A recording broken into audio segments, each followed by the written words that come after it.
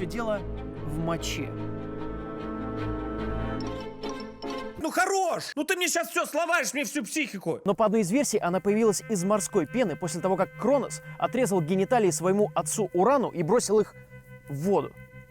Какое-то хуевое рождение. У того, кто это придумал, явно... Я сижу на лекции, у меня эрекция. Никогда так не делайте, никогда не делайте. Лучше найдите себе тянку нормальную, которая вот так кто-то нормально делает, и все. Мифы, в которые мы верим. Утопия Шоу. Всем приятного просмотра. Ставьте лайк, подписывайтесь на канал, на мой и на Утопия Шоу. Утопия Шоу, как всегда, огромный привет, респект, подписался.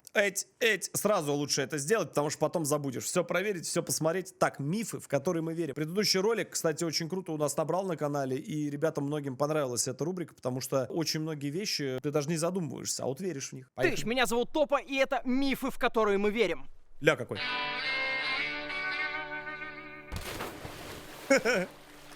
Та-та-ра-там.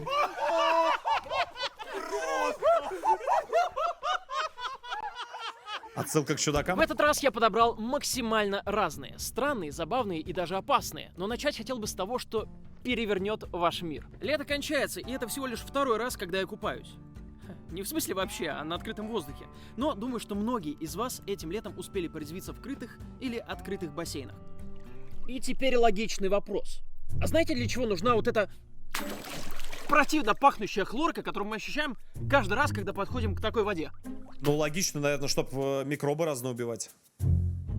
Чтобы убивать микробы, правильно. И опять же, логично, что из-за нее у нас зудит нос и глаза похожи на красные помидоры, да?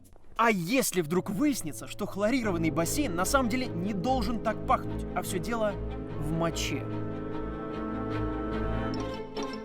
Да, на хлор люди гонят зря. Он действительно защищает воду от бактерий.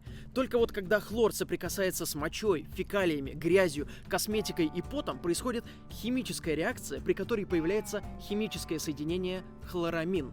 Эта дичь как раз и ответственна Моя жизнь не станет прежней. Просто теперь живите с этим. Мне хочется плакать. за тот самый запах хлора, за раздражение и зуд. Извините, конечно, но если вы плавали в басике и сильно чувствовали хлор, то это не из-за того, что он очень сильно чистый. Он пытался, но люди вокруг просто ссали на правила в прямом смысле. Ты смотри, какой огромный бассейн. Если кто и пописает, никто даже не заметит. Я, зная, как это работает, тоже теперь буду их соблюдать. Ты что, реально мочился в бассейн? Нихуя себе, блядь. Нет, давайте честно сейчас. Вот кто написал нет, тот больше всех ссут. 100%. Ага, рассказывай, да. Нет. Главная рекомендация — справлять нужду и мыться до того, как сходите в бассейн. Помыться, чтобы помыться? Что-то философское. Блять. Люсфобия. Поиграем в ассоциации. Когда мне говорят «философия», я непременно думаю о великих греческих мыслителях. Но если вам скажут «Греция», о чем вы подумаете? Боги, Олимп, Гирос, возможно. И, разумеется... Это как их? Многие из вас знают эту музыку Этот. и эти движения. Сиртаки. Традиционный народный танец Греции. Если вы туда приедете, то наверняка на какой-нибудь экскурсии увидите похожее представление. Только вот Греция это Спарта! национальных танцев у Греции много, но сиртаки, как бы вам объяснить? Этот танец действительно сборная солянка из других греческих танцев, но в общем-то был выдуман, как и его название. И выдуман не просто Да ну так, а нахер. для финальных кадров фильма «Грек Зорба», который вышел в 1964 году и взял 3 Оскара. А всем известная музыка также была написана специально для фильма. Как так-то, Я ёпта? серьезно считал Да как это музыкой, так-то? под которую чуть ли не Аристотель Брейк отплясывал, а оказалось, это вообще современное произведение. Что это? Что это за наёб ТВ? И даже Да как? Как, блядь, как? Ладно, с бассейном. Ну это я был уверен, что это испокон веков их музыка. с учетом того, что это голливудская выдумка, сиртаки теперь визитная карточка Греции. Получается, если я придумаю танец, то какая-нибудь страна может сказать «О, моё!» Удобно, конечно. Но главное, что вы теперь знаете реальное происхождение сиртаки. Но что насчет происхождения вот этого? Шотландия. Волынка. Юбка. Вот только не вздумай мне сейчас сказать, что не Шотландия. Так, прекрати, прекрати.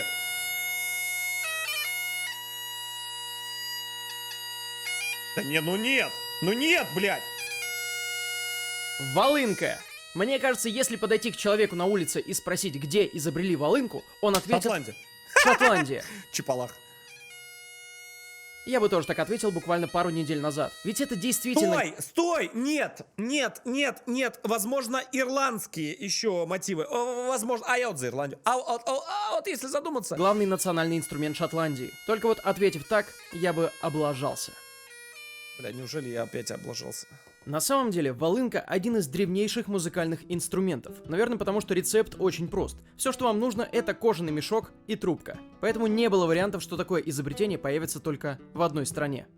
Откуда она реально Да ну появилась, нахрен. проследить сложно. Кто-то говорит о греках и египтянах, кто-то говорит, что упоминали ее в 1 веке до нашей эры. Чуть позже они упоминали римляне, и в Библии нашли... А вот я вам сейчас задам вопрос, вы сейчас охренеете от вопроса. Готовы? Готовы? Хочу обратиться ко всем, независимо откуда вы. Россия, не Россия. Давайте поговорим сегодня, вот сегодня, просто сегодня, хорошо? За Россию, за культуру именно музыкальных инструментов. Я вам сейчас скажу несколько музыкальных инструментов, напишу в комментариях, когда этот ролик выйдет, которые вы точно никогда о них даже не слышали и не знали. Я охренел, когда я копнул, какие были инструменты у нас. Вообще прям в очень древние года. Я первый раз услышал, мне 34 года, я не знал даже названий инструментов. Я не говорю там про гусли, еще про что-то. Вы охренеете, какие были инструменты и как они выглядели. Как они выглядели, я вам показать не смогу, а вот названия их я напишу. Все, забились. Похожее Вот я описание. тоже думаю. Гусли, еще там что-то. Хуюсли. Ага. Я потом вам скажу название. Вы погуглите, я еще раз говорю, у вас глаза на лоб вылезут. такого инструмента. Это что касается письменных упоминаний, которые на самом-то деле, может, и не имели в виду то, что мы сейчас называем волынкой. Привет, а вот Ирландия. с реальными находками все Бонжорно. сложнее. Мешок-то разлагается, оставляя только трубки. Но когда нашлись изображения волынщиков, все вопросы отпали. Оказалось, что первые визуальные и письменные упоминания волынки в Шотландии были намного позже, в промежутке с 14 по 16 век. Но как и от каких народов она туда попала, вот это уже загадка. Главное тут одно. Этот инструмент в разных его проявлениях использовался чуть ли не всеми народами задолго до того, как он попал в Шотландию. То есть шотландцы... Хорошо, хоть На у этой самом страны деле, это есть и вообще другие даже не уникальные про это. вещи, например, Iron Brew и Kilt. А что если нет? Когда мы видим Kilt, у нас не возникает других Да ассоциаций, ну хорош, блядь, ну хорош! Ну ты мне сейчас все сломаешь, мне всю психику. кроме как Шотландии. И это максимально правильно. Бесспорно, что эволюционировал килт, который мы сейчас знаем, из одежды, которую использовали шотландские горцы несколько веков назад. Ну, как одежды? По сути, это был плед, который накидывали на себя. Но со временем они добавили пояс, и плед визуально разделился на две части. Это называют Great Kilt. Тепло, свободно и ночью укрыться можно. Такой вы наверняка видели в фильме «Храброе сердце» с Мелом Гибсоном, который вжился в роль настоящего рыцаря Уильяма Уоллиса. Проблема в том, что упоминания килтов начинаются с 16 века, а Уоллис умер в 14-м. Даже теоретически они в то время не могли носить килты. Скорее всего, они, как и все другие, носили туники и длинные рубахи. Но не зря этот фильм считают одним из самых исторически неточных. Как так-то? Ремейк «Храброе сердце», сцена 1, дубль 1. И через много лет, умирая в своих Кстати, постелях. фильм годный. Стоп! Костюмер, Да-да. что на нем надето? Ну, как вы и просили. Китель и волына.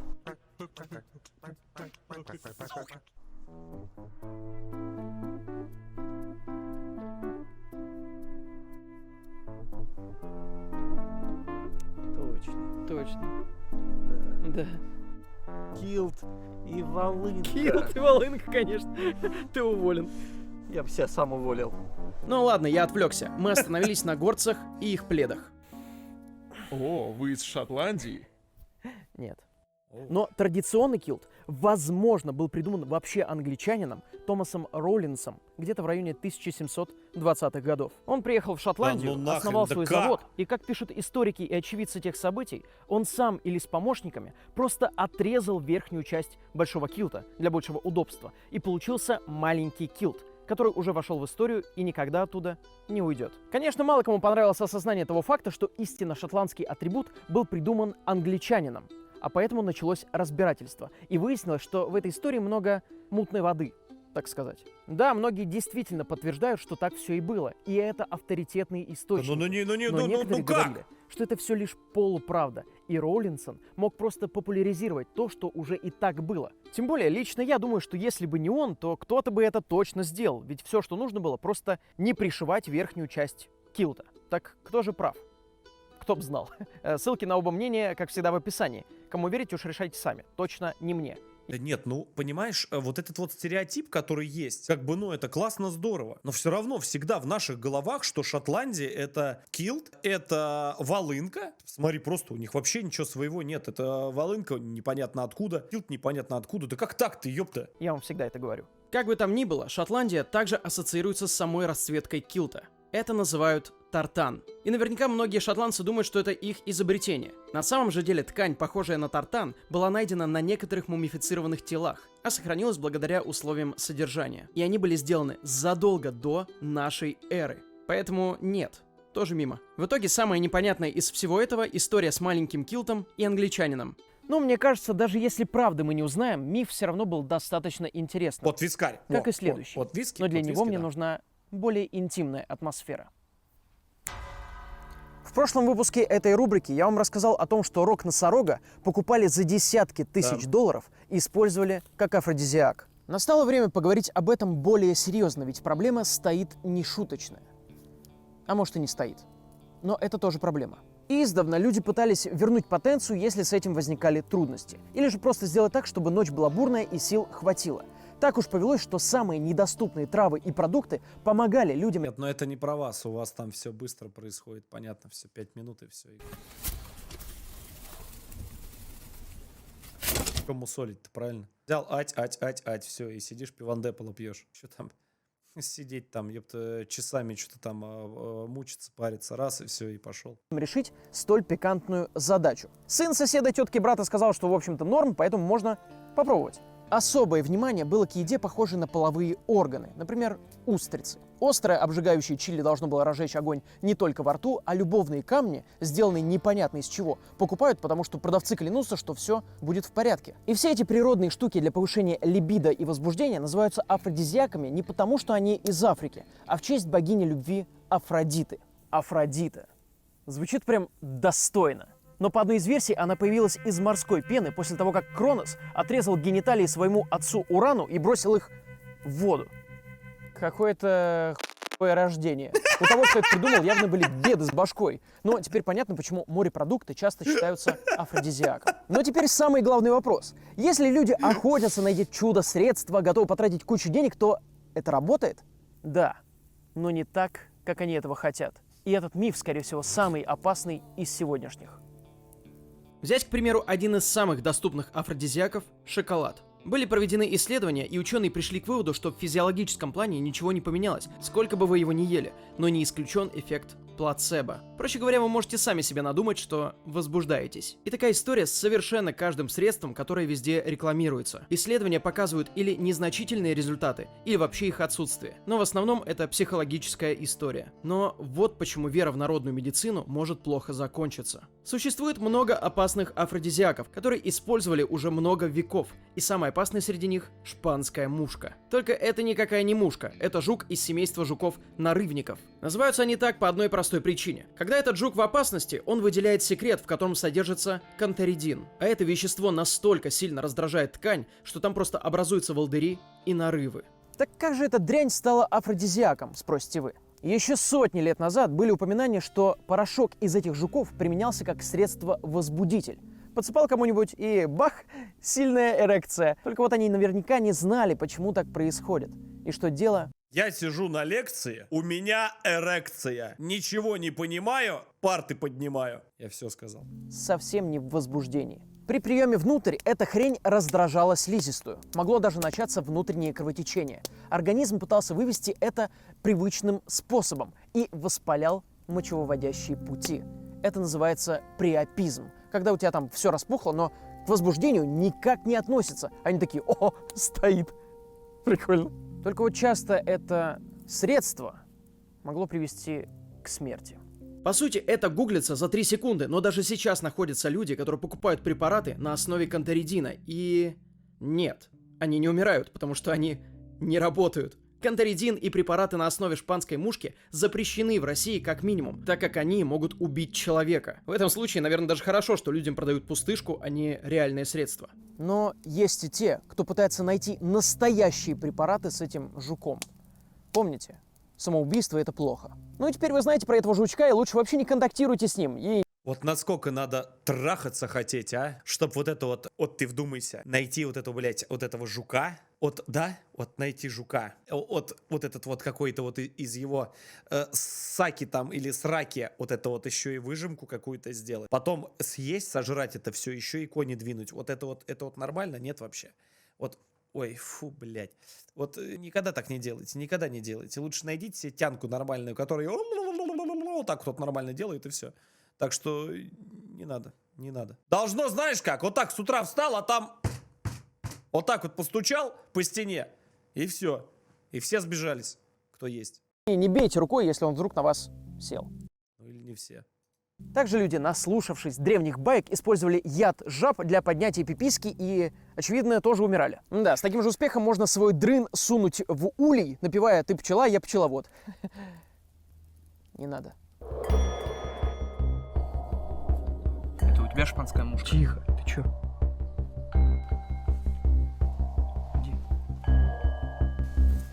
Она реально работает? Ну, ты можешь посмотреть на меня. Чё? У меня нет правой ноги.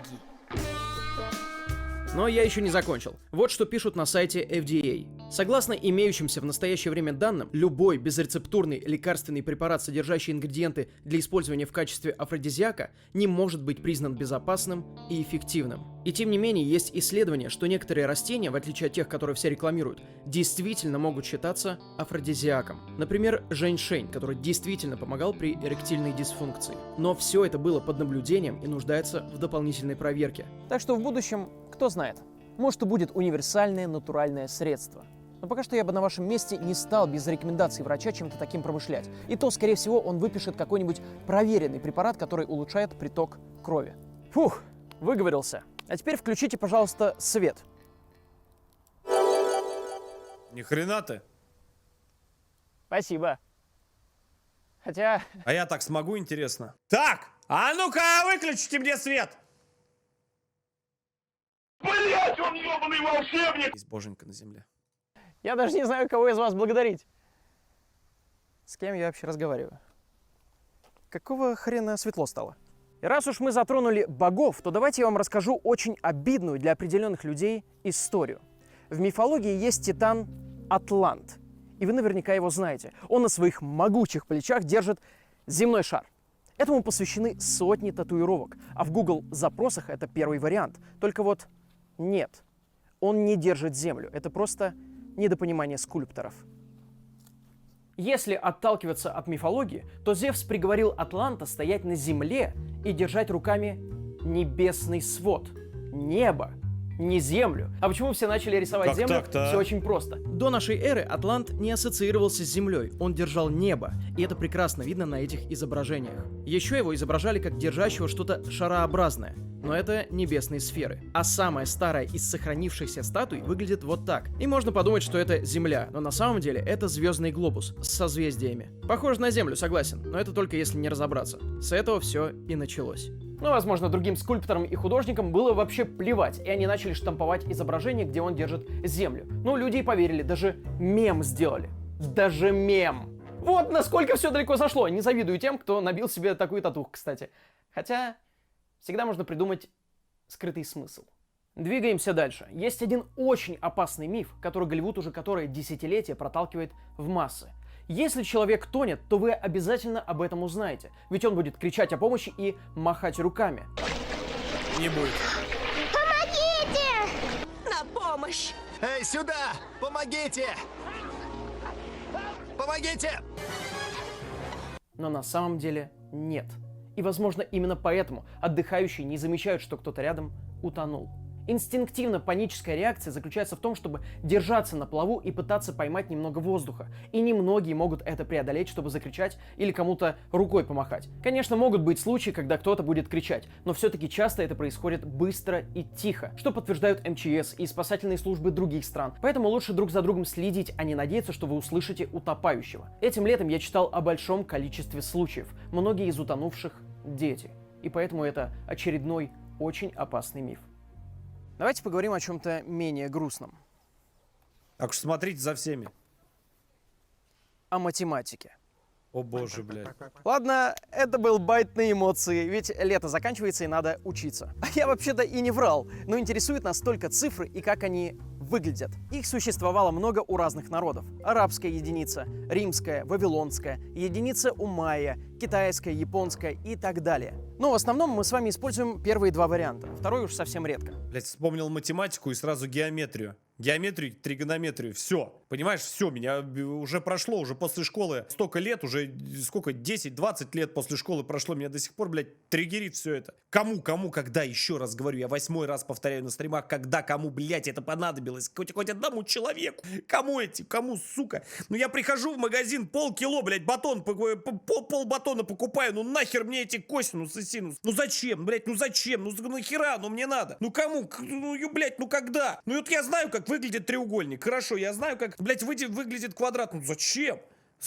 Мне, всем пригодился. Ну все понятно, да. Ну, все называют ясно. это арабскими цифрами, но это что-то вроде заблуждения. Я знаю, для чего придумали. Знаете, для чего? Для того, чтобы когда сейчас мой пиздюк растет, чтобы также, когда он приходил домой и говорил: Папа, я не понимаю вот в этой геометрии. я также ничего не понимаю в ней. Иди отсюда, мальчик. Потому что вот как выглядят именно арабские цифры. Но это тоже арабские. Давайте я объясню. Из арабских стран эта система счисления попала в Европу и распространилась. Да, поэтому все подумали, что там она и была придумана. Но на самом же деле первые версии были придуманы индийскими учеными задолго до этого. Вот, можете посмотреть эволюцию. Скорее всего, все началось с письменной системы Брахми, где единица, шестерка и семерка в принципе напоминали привычные цифры. И это в 3 веке до нашей эры. Затем Вот теперь мы знаем, откуда все это пошло. Вот теперь мы знаем, блядь, кто это все придумал. из этого получилось письмо Деванагари, где есть отчетливая двойка, тройка и такая себе девятка. Ну и пошло-поехало в арабские страны. Забавно, что привычная четверка у них почти всегда была пятеркой. Но со временем цифры обрастали новыми деталями, и благодаря популяризации и доделыванию арабскими учеными, считая в готовом виде, попали в Европу, где уже конкретно обосновались. Хотя получается, что все-таки арабские страны в основном ответственны за эти цифры. Максимум можно назвать их индоарабскими. Такой себе миф. Да пофиг, зато что-то новое узнали. Спасибо, что досмотрели до конца, и надеюсь, вы, как и я, узнали что-то новое. Вместе мы сможем искоренить мифы. Или нет? Пойду додумывать новый топ-секрет. Блин, мужик, это очень круто, правда. Это реально каждый раз что-то новое узнаешь. Лайк, подписка, колокол, 100%. Все, и дальше продолжу смотреть, и все. Это очень интересно. Он реально, блядь, интересные вещи говорит, хоть знать будем.